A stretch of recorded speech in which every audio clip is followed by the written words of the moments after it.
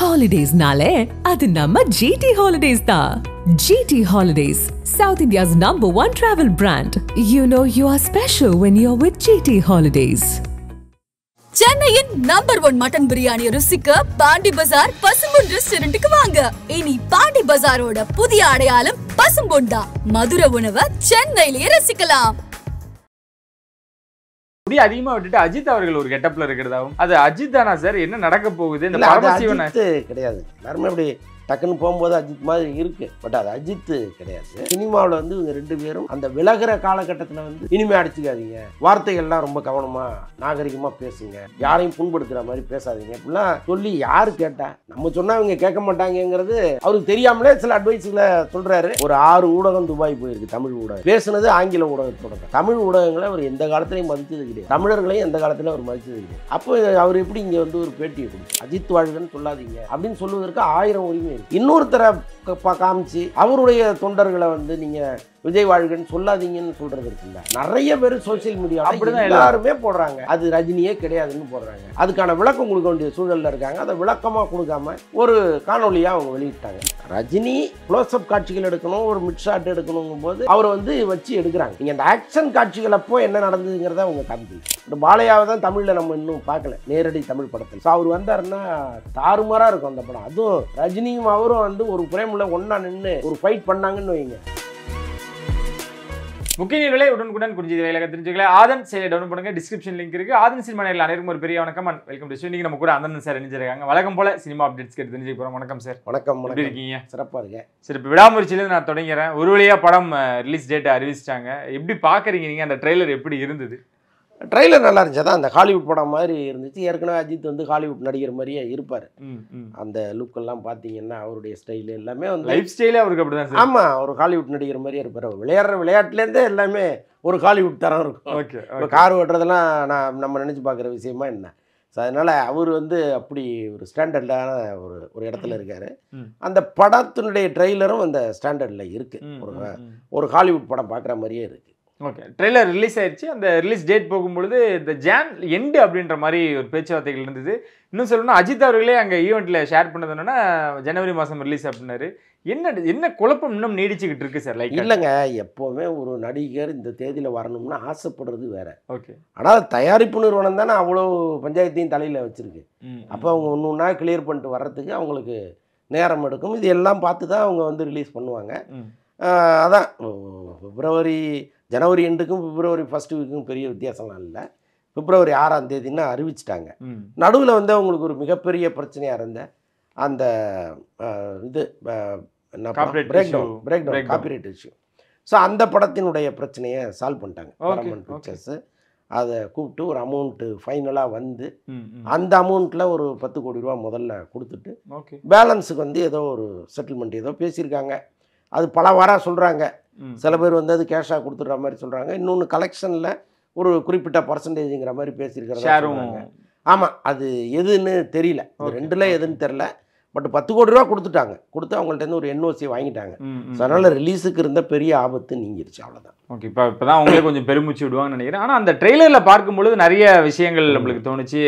ஒரு பக்கம் த்ரிஷாவும் அஜித்தும் ரொம்ப அழகான காதல் தெரிஞ்சதும் வில்லத்தனமான அர்ஜுன் ஒரு பக்கம் இருக்காரு. இப்படி அதிகமாக விட்டுட்டு அஜித் அவர்கள் ஒரு கெட்டப்பில் இருக்கிறதாவும் அது அஜித் தானா சார்? என்ன நடக்க போகுது? இந்த பரமசிவன் கிடையாதுங்க.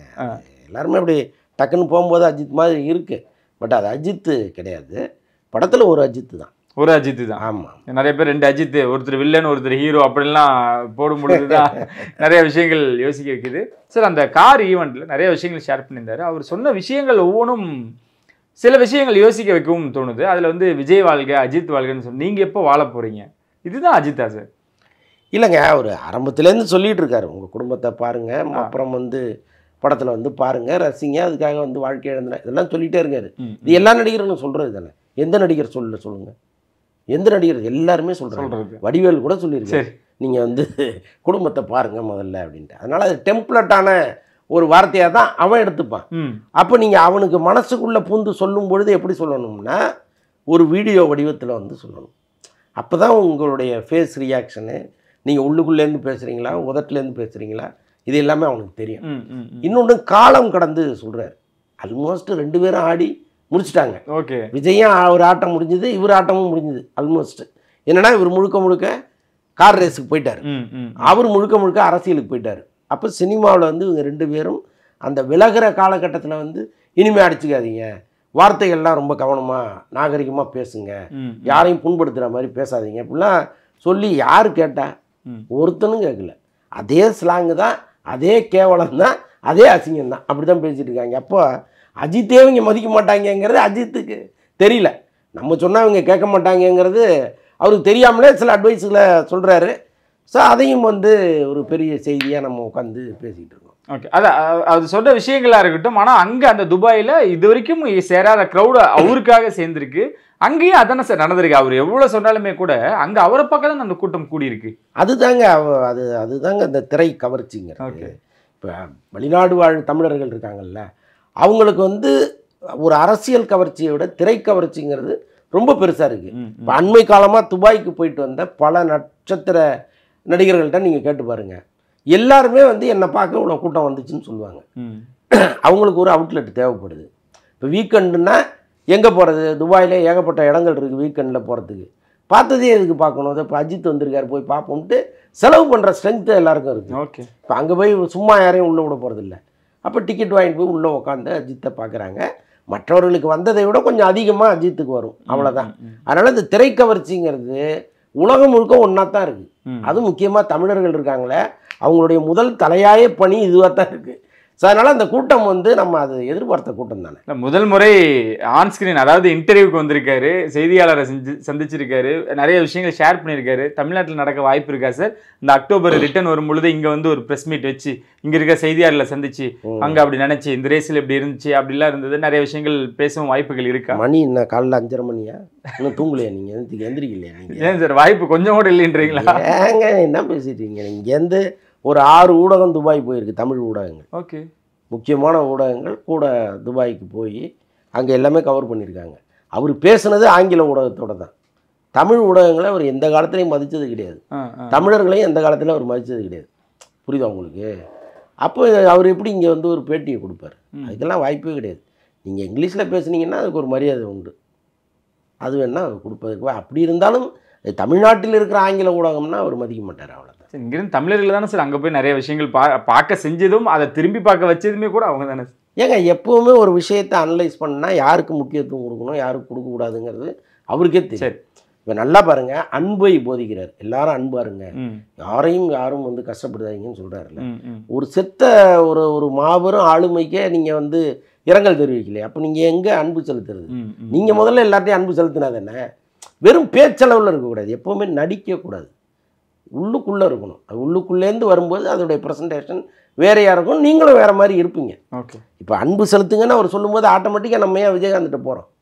நீங்கள் செலுத்தலைங்கிறது தானே. ஸோ அந்த மாதிரி வந்து இப்போ அவர் பாரபட்சம் பார்க்குறாருங்கிறது எப்படி தெரியுது? ஒரு ஆங்கில ஊடகத்துக்கு கொடுக்குறாரு, இங்கேருந்து போன 6 பேர் அனாதையை விட்டார்ல. நீங்கள் என்ன பண்ணியிருக்கணும்? அங்கே 2 வரி பேசுகிறீங்கல்ல, அங்கே 20 வரி பேசுகிறீங்கல்ல, இங்கே 2 வரி பேசுங்க. அப்போ நீங்கள் இவங்களை என்ன மதிக்கிறீங்க? அதுதான் நம்ம கேள்வியாக இருக்குது சார். அதில் குறிப்பாக முதலமைச்சர் அவர்களுக்கும் துணை முதல்வர் அவர்களுக்கும் ஒரு வாழ்த்து சொல்கிறாரு, அதுவும் ஒரு கட்டாயத்தில் சொல்லப்பட்டதா சார், இல்லை அது யதார்த்தமாக சொன்ன விஷயம்? இல்லை, அவர் பேசிக்கலாக கொஞ்சம் இந்த நன்றியை தெரிவிக்கணும்னு நினைக்கிறாரு. ஓகே. அவர் யாரும் கட்டாயப்படுத்த முடியாது, எப்போவுமே அவருடைய கேரக்டர் அதுதான். நீங்கள் அவரை வளர்ச்சி எல்லாம் பண்ணி வைக்க முடியாது, அவராக விரும்புனாருன்னா செய்வார். ஸோ அவர் வந்து இப்போ தமிழ்நாடு அரசு லோகோவை அவர் சட்டையில் வச்சிருக்கிறாரு. ஏதோ ஒரு வகையில் அந்த கேமுக்கு அவங்க உதவி இருக்காங்க. இப்போ அஜித் வந்து ஒரு டீம் ஒன்று வச்சுருக்காருன்னா அவர் கையிலேருந்து பெருமளவு தொகை செலவாயிருக்கும். அப்போ ஏதோ ஒரு வகையில் தமிழ்நாடு அரசு அந்த செலவில் ஒரு குறிப்பிட்ட அளவை அது ஏற்றுக்குதுங்கும் பொழுது அந்த நன்றியை அவர் தெரிவித்து தானே ஆகணும். ஓகே. ஸோ அதனால் அதை சொல்லியிருக்காரு. பட் அதை அரசியலாக்குவதற்கான ஒரு முயற்சி இங்கே நடக்குது. என்னென்னா அவருடைய நேரடி எதிரியான விஜய் வந்து கட்சி ஆரம்பிச்சிட்டாரு, விஜய் வாழ்கன்னு சொல்லாதீங்கன்னு வேற அவர் சொல்கிறாரு. அந்த அதிகாரம் அஜித்துக்கு கிடையாது. நீங்கள் நல்லா புரிஞ்சுங்க. அவர் ஒரு கட்சி ஆரம்பித்து லட்சக்கணக்கான தொண்டர்களோடு போயிட்டு இருக்காரு. நீங்கள் அவங்கள பார்த்து விஜய் வாழ்கன்னு சொல்லாதுன்னு சொல்ல முடியாது. புரியுதா? ஏன் நீங்கள் உங்களை சொல்லலாம், அஜித் வாழ்கன்னு சொல்லாதீங்க அப்படின்னு சொல்லுவதற்கு 1000 உரிமை இருக்குது. இன்னொருத்தரை காமிச்சு அவருடைய தொண்டர்களை வந்து நீங்கள் விஜய் வாழ்கன்னு சொல்லாதீங்கன்னு சொல்கிறது இருக்குல்ல, அது ரொம்ப ரொம்ப தவறானது. அதை அவர் சொல்கிறார். ஸோ இதெல்லாம் கூட்டி கழித்து பார்க்கும்போது ஒரு பக்கம் முதல்வருக்கும் துணை முதல்வருக்கும் ஒரு நன்றி சொல்வதும், இன்னொரு பக்கம் விஜய் வாழ்கன்னு சொல்லாததையும் நீங்கள் கனெக்ட் பண்ணி பார்த்தீங்கன்னா இதுக்கு பின்னால் ஏதோ அரசியல் இருக்குங்கிற மாதிரி பல பேர் பேச ஆரம்பிச்சிருக்காங்க. பட் அதற்கெல்லாம் அஜித் இடம் கொடுக்க மாட்டார். அதை நான் உறுதியாக நம்புகிறேன். ஏன்னா அவருடைய கேரக்டருக்கு ஒன்று வேணான்னா வேணாம் தான். நீங்கள் அவரை பணிய வைக்கவும் முடியாது, மிரட்டி ரொம்ப கெஞ்சியும் பணிய வைக்க முடியாது. அவர் என்ன நினைக்கிறாரோ அதுதான். பணி வைக்கவும் முடியாது, கெஞ்சவும் முடியாது, அவர் மிரட்டவும் முடியாது. அவ்வளோதான். ஆனால் அவர் அந்த ட்ராக் ஓட்டுறதுக்கு முன்னாடி நடந்த விஷயங்கள் ஒரு ட்ரையல் மாதிரி ஒன்று பார்த்தாங்க. அதில் அந்த கார் ஆக்சிடெண்ட்டை பார்த்துருந்தோம். அதுக்கப்புறம் வின் பண்ண விட்டு இங்கே இருந்த நிறைய பிரபலங்கள் சார், அரசியலாக இருக்கட்டும், சினிமா பிரபலம் இருக்கட்டும், எல்லாருமே வாழ்த்து சொல்கிறாங்க. குறிப்பாக பவன் கல்யாண்லேருந்து எல்லாருமே, அதர் ஸ்டேட்லேருந்து எல்லாருமே வாழ்த்து சொல்கிறாங்க. விஜய் அவர்கள் அந்த ஆக்சிடென்ட் அப்பயும் சரி, வெற்றி பெற்றதுக்கு அப்புறம் சரி, ஏன் வாழ்த்து சொல்ல டிவிக்கு தலைவரா அப்படின்றதும் ஒரு கேள்வி முன் வைக்கிறாங்க. இவர் இந்த மாதிரி விஷயங்கள், இந்த மாதிரி விஜய் வாழ்கன்னு சொல்லாதது, இந்த மாதிரி தமிழ்நாடு அரசு அவர் வந்து வாழ்த்துனது, இதெல்லாம் தான் விஜய் அவர்களுக்கு கொஞ்சம் இதாக இருந்ததோ, நெருடலாக இருந்ததோ? இல்லை, அவர் தமிழக அரசுக்கு நன்றி சொன்னது இப்போ தான். அவர் வின் பண்ணி 2-3 நாட்கள் கழிச்சு தான் அந்த இன்டர்வியூ தான் அன்றைக்கே சொல்லலாம். பட் சொல்ல வேண்டிய அவசியம் இல்லை. ஏன்னா அவர் கட்சி ஆரம்பித்தப்போ இவர் ஏதாவது வாழ்த்து சொன்னாரா என்ன? இல்லைல்ல. அப்புறம் எதுக்கு அவர் சொல்லணும்? ஸோ அதனால் வந்து அதை நீங்கள் சொல்லணும்னு எதிர்பார்க்கிறதே பெரிய தவறு. இன்னொன்று வந்து ஒரு நடிகர் சங்கம் எங்கேயாவது அறிக்கை வெளியிட்டுதா அஜித் வெற்றிக்கு? இல்லை. தமிழ் தயாரிப்பாளர் சங்கம் ஏதாவது எங்கேயாவது அறிக்கை வெளியிட்டிருக்கா? அப்போ இவர் வாழ்ந்த துறை, இவர் சார்ந்த துறையே இவரை வந்து தள்ளி தான் வைக்கிறாங்க. ஏன்னா இவர் அவங்களெல்லாம் தள்ளி வச்சார். புரியுது? அவங்க எல்லாருக்குமே தெரியும்ல, நீ எங்களுக்கு என்ன பண்ணால் நான் உங்களுக்கு வாழ்த்து சொல்கிறதுன்னு ஒன்று இருக்குல்ல. ஸோ அதனால தான் அவங்க எல்லாருமே அமைதியாக இருந்துட்டாங்க. தனித்தனியாக நடிகர்கள் அறிக்கை விட்டது வேறு. ஆனால் ஒரு சங்கமாக நடிகர் சங்கம் லெட்டர் பேடில் கீழே வந்து செயலாளர், பொருளாளர், தலைவர் இவங்க சைன் பண்ணி ஒரு அறிக்கை வந்துச்சான்னா வரல. அந்த அளவுக்கு தான் அஜித்தை அவங்க பார்க்குறாங்க, அவங்கள அஜித் பார்க்குறாரு. அப்போ விஜய் எங்கேருந்து வந்து ஊருக்கு முன்னாடி வந்து வாழ்த்து சொல்லணும்? அது அவசியம் இல்லையே. இல்லை, ஆனால் ஜேசன் சஞ்சய்க்கு வந்து அவர் எதுனாலும் நான் பார்த்துறேன், அந்த ஃபோன் கால் அங்கே என்ன சார் நடக்குது? அங்கே ஒரு பாண்டிங் ஒன்று இருக்குல்ல, அது என்ன நடந்துக்கிட்டு? இல்லை, அது வந்து பார்த்தீங்கன்னா இப்போ எப்போவுமே அடுத்த தலைமுறை வந்து ரொம்ப நெருக்கமாக இருக்கும். ஓகே, நீங்கள் அப்பா 2 பேரும் வந்து காம்படிட்டராக இருந்தால் கூட அடுத்த தலைமுறை அதையெல்லாம் மறந்துட்டு குடும்பமாக ஃப்ரெண்ட்லியாக இருப்பாங்க. இப்போ ஷாலினி அஜித்தும் சரி, இந்த பக்கம் சங்கீதா விஜயும் சரி, நெருங்கிய நண்பர்களால் தான் இருக்காங்க. பல நேரங்களில் அவங்க ஒரு கெட் டுகெதர்லாம் போகிறது இதெல்லாம் நடந்துகிட்டு தான் இருக்குது. ஸோ அப்போ இவர் வந்து ஒரு உரிமையில் உனக்கு ஏதாவது ஹெல்ப்னா சொல்லு, நான் பண்ணுறேன் அப்படின்னு அவர் சொல்கிறாரு. ஸோ அது வந்து அதெல்லாம் ரொம்ப பாசிட்டிவான விஷயம் தானே. ஓகே, இல்லை அதான் தன்னோட நண்பனோட மகனுக்கு ஒன்றுனா நான் முதல்ல நிற்பேன் அப்படின்றதெல்லாம் அது என்ன ஒரு பாண்டிங். அது இல்லாமல் முதல் படமே வந்து லைக்கால் ஏதாவது பிரச்சனை சொல்லுங்கள், நான் பார்த்துக்கிறேன். ஆமாம், அது அவ்வளோ ஸ்பெஷலாக சார்? என்ன விஷயம்? ஏன்னா நிறைய பேர் இருக்காங்களே இந்த மாதிரி, நிறைய ஒரு பிரபலங்களோட மகனாக இருக்கட்டும், நிறைய பேர் இன்னும் தவிச்சிக்கிட்டு இருக்காங்க, சக்ஸஸ்க்காக எங்கிட்டு இருக்காங்க. ஏன் இவர் மேலே மட்டும் அந்த ஒரு பாசம்? அப்படி இல்லைங்க, அது வந்து இருக்கும்ல. இப்போ நம்முடைய சக காம்படிட்டர் ஒருத்தர் இருக்கார், அவருடைய பையன் அப்படி ஒரு சிக்கலில் இருக்காருங்கும்போது ஆட்டோமேட்டிக்காக அது நடக்குதானே. அதுக்காக எல்லாருக்கும் வந்து ஒரு உதவி செய்யணுங்கிறதெல்லாம் அவசியம் கிடையாது, அப்படி செய்யவும் முடியாது. அவர் காதுக்கு அந்த விஷயம் வருது, அடடா இப்படி ஒன்று நடக்குதா, நம்ம பண்ணுவோமே அப்படின்னு அவர் நினைக்கிறாரு. அது நம்ம அதில் குறை சொல்ல முடியாது. ஓகே, இந்த பக்கம் ஜெயிலர் 2 அந்த ஒரு அனௌன்ஸ்மெண்ட் வீடியோவே நிறைய விஷயங்கள் கிளப்பிச்சு. அது இல்லாமல் அதில் உள்ள நடந்த விஷயங்களுமே வந்து இந்த பிடிஎஸ் ரிலீஸ் பண்ணி அதுக்கு நிறைய அவங்க தரப்பிலும் நிறைய விஷயங்கள் சொன்னாங்க. எப்படி பார்க்குறீங்க சார் இந்த பிரம்மாண்டம் தேவையா ஜெயிலர் 2க்கு? ஏங்க இது இதை விட இன்னும் நிறைய பிரம்மாண்டம் கொடுத்தா கூட ரசிக்கலாங்க. சினிமா வந்து மாறிக்கிட்டே இருக்குது. இன்றைக்கி பல்வேறு லாங்குவேஜில் மிகப்பெரிய பிரம்மாண்டமான படங்கள்லாம் வந்துருச்சு. அதனால் இந்த பிரம்மாண்டம் தேவையா தேவையில்லையான்லாம் நம்ம பேச வேண்டாம், அது கட்டாயம் தேவைதான். அதே நேரத்தில் ரஜினி வந்து டூப்பாக நடிக்கலை, டூப்பை பயன்படுத்தலை அப்படிங்கிற ஒரு விஷயம் வந்து இங்கே ஓடிக்கிட்டு இருக்கு. நான் என்ன சொல்கிறேன், பயன்படுத்தினா என்ன தவறுங்க? அவருடைய வயது, இன்றைக்கி அவருடைய உடல் நலன் அதெல்லாமே ரொம்ப முக்கியம் இல்லையா? அப்போ நாம் பார்க்கும்போது அப்படி தோணுது, எனக்கு மட்டும் தோணலை. நிறைய பேர் சோசியல் மீடியாவில் எல்லாருமே போடுறாங்க அது ரஜினியே கிடையாதுன்னு போடுறாங்க. அப்போ இவ்வளோ பெரிய குரல் வரும்பொழுது ஆட்டோமேட்டிக்காகவே வந்து இவங்க அதுக்கான விளக்கம் கொடுக்க வேண்டிய சூழலில் இருக்காங்க. அதை விளக்கமாக கொடுக்காம ஒரு காணொலியாக அவங்க வெளியிட்டாங்க. என்னென்னா இப்போ மேக்கிங் வீடியோ அதுன்னு. அதில் கூட ரஜினி க்ளோஸ்அப் காட்சிகள் எடுக்கணும், ஒரு மிட் ஷாட் எடுக்கணுங்கும்போது அவரை வந்து வச்சு எடுக்கிறாங்க. நீங்கள் அந்த ஆக்ஷன் காட்சிகள் அப்போ என்ன நடந்ததுங்கிறத அவங்க காமிக்கல. அதுதான் விஷயமே. ஆக்ஷன் காட்சியில் யார் இருந்தாங்கிறது தான் நம்ம கேள்வியாக இருக்குது. இன்னொன்று, பின்னாடி ரஜினியை நம்ம பார்த்தோம்னா நமக்கு தெரியும் எத்தனை படங்கள் பார்க்குறோம், அங்கே நம்ம பார்த்த ரஜினி அந்த ரஜினியாங்கிறது தான் நம்ம கேள்வியாக இருக்குது. ஸோ அதனால் இது வந்து நம்ம குறையாக நம்ம சொல்லவே இல்லை, குறையும் கிடையாது. அவர் வயசுக்கு இவங்க டூப்பு பயன்படுத்தினா தவறே கிடையாது. அவரே நான் நடிக்கிறேன்னா கூட இல்லை சார் வேணாம் சார் நீங்கள் உட்காருங்க நாங்கள் பார்த்துக்குறோம் அப்படின்னு சொல்கிறது தான் பண்பு. அதை வந்து நீங்கள் இல்லைங்க நாங்கள் அவரை தாங்க நடிக்க வச்சோம், அவர் தாங்க 500 பேரையும் அடித்தார் அப்படின்னா அது ஏற்றுக்கொள்ள முடியாத ஒரு வாதமாக இருக்குல்ல. 500 பேர் அவர் அடிக்க முடியுமா? முடியாதுல்ல. இப்போ நீங்கள் ஜெயிலர்லேயே ஒரு ஃபைட் ஒன்று வச்சுருப்பீங்க, அதில் பார்த்தீங்கன்னா அவர் சஜஷன் ஷாட்டில் அந்த ஃபைட் நடக்கும், அவர் ஃபேஸே வராது, யாரோ அடிப்பாங்க யாரோ போய் விழுவாங்க. ஆனால் நம்ம ரஜினி நினச்சிக்கிட்டோம்ல, சாதாரண கிராமத்தில் பார்க்குறவங்க கூட அவனுக்கு தெரியுது ரஜினி இல்லைன்னு, ஆனாலும் நம்ம நம்பணும்ல. அதுதான் சினிமா, இல்லாததை இருப்பது போல் காமிப்பது தான் சினிமா. அப்போ அதை நம்ம யாருமே குறை சொல்லலை. இன்னும் ரஜினியை பத்திரமா பார்த்துக்குங்க, இன்னும் 10 படங்கள் அவர் நடிக்கணும், அவருக்கு எந்த கஷ்டமும் கொடுக்காதீங்கன்னு தான் நம்ம சொல்கிறோம். இதையே குறையாக நினச்சிக்கிட்டு உங்கள் இல்லை ரஜினி ரசிகர் வேறு ஒரு பாதி பேர் கிளம்பி வந்து பயங்கரமாக திட்டுறாங்க. ஐயோ அவர் இதுக்கு முன்னாடியும் டூப் போட்டு நடிச்சிருக்காயா, இதுக்கு அப்புறமும் நடிக்க தான் போகிறாரு. அதை யாரும் குறையாக சொல்ல, முதல்ல இவங்க அந்த இடத்துக்கு வரணும், இது தப்பு இல்லைங்கிற இடத்துக்கு. ஓகே, அந்த படம் 450 கோடி பட்ஜெட் அப்படின்லாம் நாங்கள் கேள்விப்படும் பொழுது ஒருவேளை இருக்குமோ சாத்தியமோ அப்படின்னு தான் தோணுது. 450 கோடி இருக்க வாய்ப்புகள் இருக்குங்க. இது நிறைய இருக்குது. என்ன காரணம்னா இப்போ ஏற்கனவே ஜெயிலர் அவ்வளோ பெரிய ஹிட்டாக இருக்குது, இப்போ அந்த படத்தின் மீது அவ்வளவு நம்பிக்கையும் எதிர்பார்ப்பும் மக்களுக்கு இருக்குது. அப்போ நீங்கள் அதை விட ஒரு ஸ்டெப்பு அதிகமாக தான் ஒரு படத்தை கொடுக்கணும். எங்கேயாவது குறைஞ்சிதுன்னா படம் ஒன்றும் இல்லைன்னு சொல்லுவாங்க. அப்போ நீங்கள் செலவை யோசிக்காமல் செய்யணும். 450 கோடியாக இருந்தாலும் தவறு இல்லை தான். ஓகே, ஆனால் சிரஞ்சீவி, பாலையா இந்த மாதிரியான பேர்களும் கேள்விப்படுறோம். அப்படின்றப்போ இது இன்னும் பிரம்மாண்டமாகவும் அடுத்த கட்டமாக தான் போயிட்டு இருக்கு. ஏன்னா தொடர்ந்து ஜெயிலரில் ஆரம்பித்து எல்லா ஸ்டாரஸும் அங்கே இருக்க மம்முட்டியாக இருக்கட்டும், இங்கே இருக்க சிவராஜ்குமார் இருக்கட்டும், அவங்களாம் உள்ள வந்து அதில் ஒரு கலக்கலக்குனாங்க. இந்த பக்கம் கூலியில் பார்த்தா அதை விட எக்ஸ்ட்ராவாக இருக்குது. ஜெயிலர் 2ல் சிரஞ்சீவி, பாலையான் பேர் கேள்விப்படும் பொழுது இப்படி தான் இனிமேட்டு இருக்க போகுதுங்களா அது? இல்லை, பேன் இண்டியாங்கிறது இனிமேல் ரொம்ப முக்கியமான ஒரு விஷயமா மாறும். நீங்கள் கேட்டீங்க 450 கோடி இன்வெஸ்ட் பண்ணுறாங்களான்னு. 450 கோடியை போட்டுவிட்டு எப்படி தமிழில் மட்டும் நீங்கள் ரிலீஸ் பண்ணி எடுக்க முடியும்? அப்போ வெவ்வேறு லாங்குவேஜில் நீங்கள் அதே கேலப்போட இறக்கணும் படத்தை. அப்போ அந்த பக்கம் சிரஞ்சீவி, பாலகிருஷ்ணாலாம் இருந்தால் படம் அதிரி புதிரியாக இருக்கும். ஆனால் நான் என்ன நினைக்கிறேன்னா, ஒன்று சிரஞ்சீவி இருக்கணும், இல்லை நான் பாலகிருஷ்ணா இருக்கணும், யாராவது ஒருத்தர் தான். ஒரு லாங்குவேஜுக்கு ஒரு பெரிய நடிகர் தான். ஸோ அப்படிப்பட்ட சூழலில் பாலையா வந்தால் நல்லா இருக்குங்கிறது என் கருத்து. ஏன்னா சிரஞ்சீவியெல்லாம் நம்ம பார்த்துட்டோம், பட் பாலையாவை தான் தமிழில் நம்ம இன்னும் பார்க்கல நேரடி தமிழ் படத்தில். ஸோ அவர் வந்தாருன்னா தாறுமாறாக இருக்கும் அந்த படம். அதுவும் ரஜினியும் அவரும் வந்து ஒரு ஃப்ரேமில் ஒன்றா நின்று ஒரு ஃபைட் பண்ணாங்கன்னு வைங்க, அந்த ஃபைட்டுக்காகவே படம் 100 நாள் ஓடும். அதில் ஒன்றும் சந்தேகமே கிடையாது. இந்த ஜெயிலர் 2 அப்டேட் வந்து இந்த கூலியை மறக்கடிச்சிருமா சார்? ஏன்னா எல்லாருக்கும் அந்த ஒரு யோசனை வந்துருச்சு. ஏன்னா இந்த 2 அப்படின்றது அவரோட பிறந்தநாளுக்கே அனௌன்ஸ்மெண்ட் வீடியோ வரும் அப்படின்னு நிறைய விஷயங்கள் பேசியிருந்தோம். ஆனால் அப்போ தள்ளி போனது காரணம் இப்போ இது வந்த வாட்டி கூலியெல்லாம் மறந்துட்டாங்க. இல்லை அப்படி நம்ம சொல்ல முடியாது. ஏன்னா இந்த படம் ஜெயிலர் 2 வந்து இப்போ வரப்போகிறதில்ல, இப்போ தான் ஸ்டார்ட் பண்ணுறாங்க. ஆனால் கூலி வந்து பாதி கிணற தாண்டிட்டாங்க. அப்போ அந்த படம் தான் இந்த வருஷம் வரப்போகுது.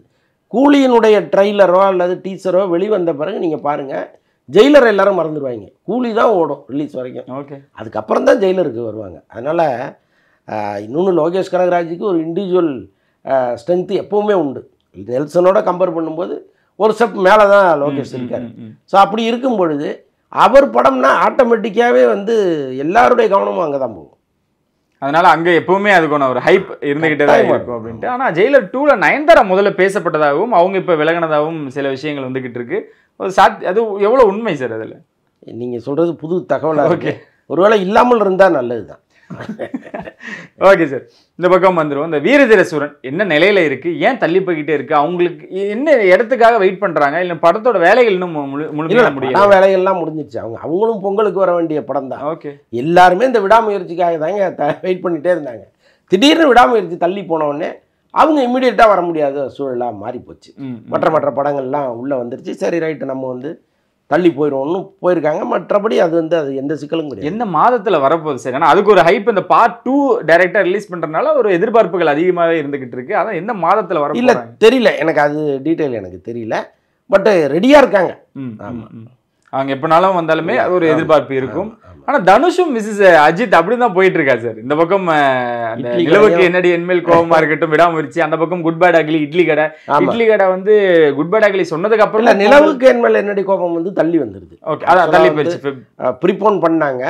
பட் இப்போ உதயநிதி படத்தை பார்த்துட்டு ரொம்ப நல்லா இருக்கு, நீங்க வந்து ஒரு வாரம், இப்போ விடாமுயற்சிக்கு ஒரு வாரத்துக்கு முன்னாடி வர்றதா பிளான் பண்ணியிருந்தாங்க.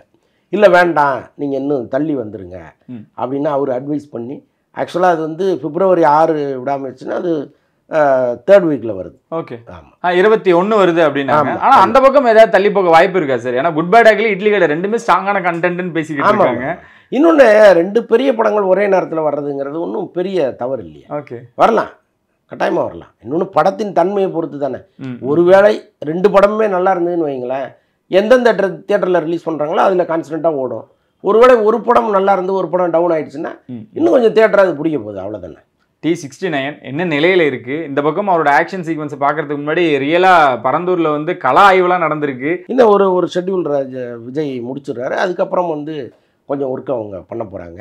இல்லை சீக்கிரமாக முடிக்க சொல்லி ஏதாவது கட்டாயம்? இல்லை ஆரம்பத்தில் படத்தை நிதானமாக எடுங்கன்னு சொன்னதே அவர் தான், விஜய் தான். ஆமாம். எப்போவுமே அவர் படம் வந்து ரொம்ப மலமலன்னு எடுத்துருவார். அவர் படம் அவங்கள ஃபாஸ்ட் பண்ணிகிட்டே இருப்பார். நடுவில் வந்து ஷெட்யூல் பிரேக்கை விட மாட்டார். ஒரு 2 நாள் பிரேக்கு மறுபடியும் கிளம்புங்கன்றுவார். அவ்வளோ ஃபாஸ்ட்டாக இருக்கிற நடிகர் தான் விஜய். பட் இந்த படத்தை பொறுத்தளவுக்கு கொஞ்சம் டைம் எடுத்துங்கலாம் அவர் சொன்னார்.